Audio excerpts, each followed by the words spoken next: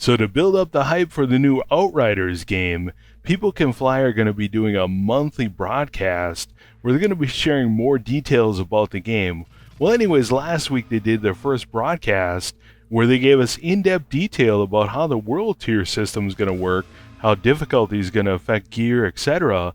And they also gave us a deep dive on how the Trickster Class is going to work. Hey guys, this is Chris with B&B Gaming. Welcome back, and I hope you're doing amazing today. If this is your first time here, welcome to the channel, and if you're interested in more Outriders content, consider subscribing. Now to start with, guys, I have a couple of PSAs for you. The first question they get quite a bit for Outriders is this just another games as a service? So like Destiny 2 or The Division 2 or Anthem. And People Can Fly have confirmed that this is not a games as a service game. So Outriders, you're going to pay your $60, you're going to get the entire game, and it's going to be a complete game from start to finish. Now another question you're probably wondering, is it going to have microtransaction like loot boxes or whatever magic dust, whatever it is in Destiny, I forgot what it's called. Anyways, they confirmed that Outriders is not going to have any microtransactions.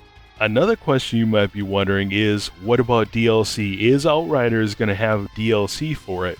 And they have confirmed that they do have DLC plans for Outriders. Now their thinking behind it is, they want it to be more like Diablo 3's DLC, so it's significant, so a new level, a new character, etc., instead of having, small little updates like, it's a new gun or, whatever. So it sounds like they have big plans for this game, so if we're really digging this game, it sounds like they really want to make a lot of great content for it. Now finally, as I was researching for this video, I did find out that Outriders is not going to have a PvP/multiplayer component to it. So it's only going to be PvE, or player versus environment. Now honestly, I think this could be a really positive thing, simply because if you look at Destiny, one of the reasons it's probably not as deep as a lot of people would like is because of the PvP. It makes it almost impossible to balance all this stuff if they put too many powers, too many abilities, too many skills into the game. Well, with Outriders, they don't have to worry about that, so they can go nuts with it and make it amazing, hopefully. From everything I've read, it sounds like it's a solid, really good experience so far. Now to start out in the Outriders gameplay part of the broadcast, they showed off a new enemy type called the Perforo. I think that's what he said. Well, anyways, it's showing off the wildlife, or the combative wildlife that's going to be in Outriders. In another part of the gameplay, they showed off an elite version of the Perforo, which is, bigger. And evidently it's more of a pusher where it, is going to jump on you while the other ones are trying to swarm you. Now next, they talked about the world tier system and how it's going to affect gameplay, and it seems like it's really inspired by Diablo 3's difficulty system. So in Outriders' world tier system, as you increase in world tier, it's going to increase the enemy's damage, health, armor, and level. And just like Diablo 3's difficulty system, as you increase in world tier, you're going to have a greater chance of getting better loot drops and getting more accolades. Now you're probably wondering what accolades are, and from what I can tell, it's basically, get like 50 kills of certain enemy or something, and you get like emotes or maybe weapon skins, etc. So how the world tier in Outriders is going to work is, you're going to gain XP to unlock the next world tier if you're playing on the highest world tier available to you. So for example, if you have world tier 4 unlocked, if you're playing on world tier 4, you're going to gain XP to unlock world tier 5. Now they're saying the XP itself is separate from your player level, and quests and etc. aren't going to go towards that. So it's going to be based on your combat XP. So what, your enemies you're killing. Now one catch to this is, you're going to lose a percentage of your world tier XP every time you die. Now I'm assuming this is just for world tiers you're working to unlock next. So if you're on world tier 4 and you're working on world tier 5 and you die on a boss fight 50 times, I'm assuming you're still going to have world tier 4 unlocked, but you're probably going to lose all your progress on world tier 5. Now another aspect to the world tiers is, every time you unlock a new one, It's going to reward you either with a weapon, which is going to be a rare, legendary, or even epic, or resources, or even both. Another aspect to the world tier system is it's going to allow gear to drop at higher levels than your current level. So for example, if you're level 13 and you're playing on world tier 4, which is +1, all the gear that drops is going to be at level 14. Now this starts at world tier 4 and goes all the way up to world tier 15. And at world tier 15, it's going to be +12 to all your gear. Now, you're probably wondering, this seems dumb. I'm going to have to grind for 3 hours to be able to equip gear that I'm, getting on this world tier.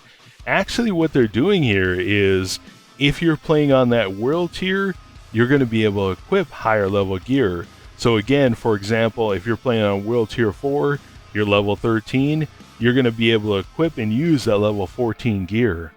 Now with the world tier system, you're going to be able to adjust this manually anytime you want to. So if you're getting into a scenario where you're just getting pummeled, you can drop it down, and after you beat that scenario, you can ramp it back up again. And I'm assuming once we get to end game, we're going to be able to find different situations in the game where we can farm out XP or farm out legendaries, etc. Next, in the Outriders broadcast, they talked about the Trickster Class. So the Trickster Class is more of a movement class where you can get in, get out, and strategically take out your enemies, etc.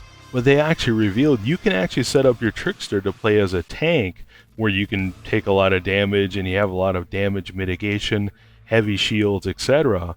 Another thing they talked about is the melee. So each class is actually going to have 2 different melees, the standing still melee and the while you're running melee. As far as healing for the Trickster goes, this is where Outriders gets really interesting.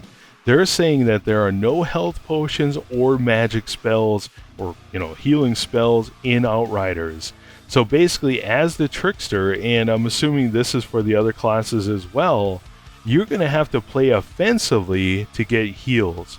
So with the Trickster, you get healed when you're killing enemies that are in close range, and with the Trickster, it's going to heal you and also restore your shields. So for example, maybe you're at 5 health, you're going to actually have to teleport into a swarm of enemies, or maybe you just pick off the one lone ranger out there and kill that one and get some health back. But from what I've seen from gameplay, it looks like you're going to kill like 3 or 4 or 5 enemies at a time, especially the small ones, and they're saying you'll basically instantly refill your health. And I'll talk about this aspect later in the video and how I think this could possibly make this game really special. Now next, they revealed each class has 8 powers, and you can have 3 equipped at one time, and you can actually switch them in and out anytime you want to. They showed off the Temporal Slice, which is, they're saying, going to be your first power you're going to unlock, and the Temporal Slice slows down enemies, and they're saying that you're going to want to combo this with other powers to group them up.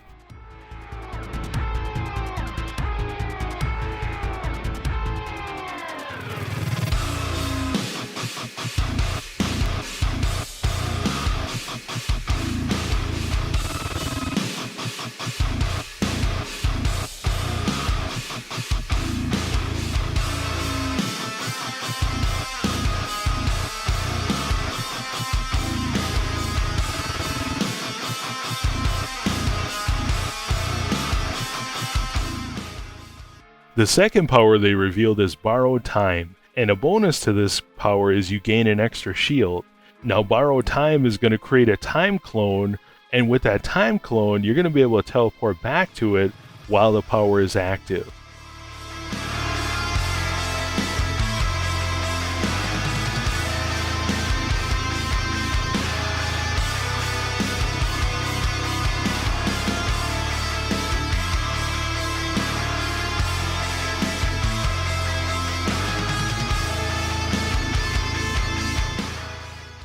The third power they revealed is the Slow Trap, and to me this looks kind of like the Titan bubble in Destiny. Now with Slow Trap, they're saying you can use this either offensively or defensively, and they gave the example of crowd control. Another example would be reviving your teammate, etc.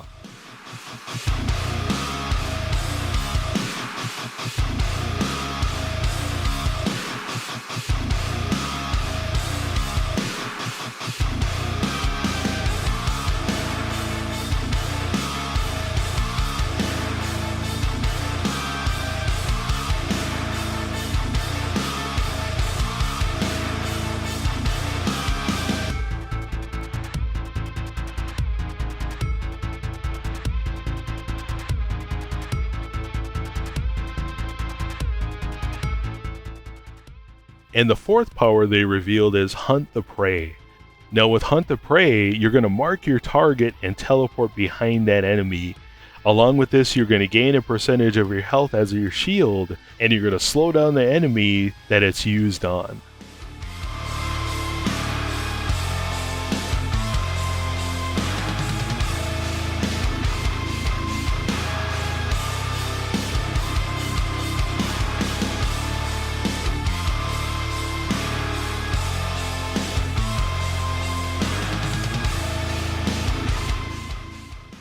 Next in the Outriders broadcast, they talked about the Trickster's skill tree. Here they showed off that we're going to have class points, and we're going to be able to basically respec our tree anytime we want to. Now with the Trickster, there's actually 3 branches you can choose from or specialize in. The first branch they talked about is the movement bonuses branch. With the Trickster, it's called Master of Space. And this is for the player who wants to get in close, so it has shotgun bonus damage, SMG bonus damage, movement bonus damage, etc. The second branch they showed off is damage mitigation, and with the Trickster this is called Harbinger, and this branch is for someone who wants to play as a tank as a Trickster. And the third branch you could choose from is called Disruption, and with the Trickster it's called Assassin, and this will improve your anomaly powers. Along with this, they also revealed that gear can have power-altering attributes. Here with the chest armor, we can see damage mitigation. So this affects a slow trap, and it says allies within the sphere receive significantly less damage. Another modifier is ultimate big range, and it increases the size of the slow trap by 2 meters, which would be 6.5 feet.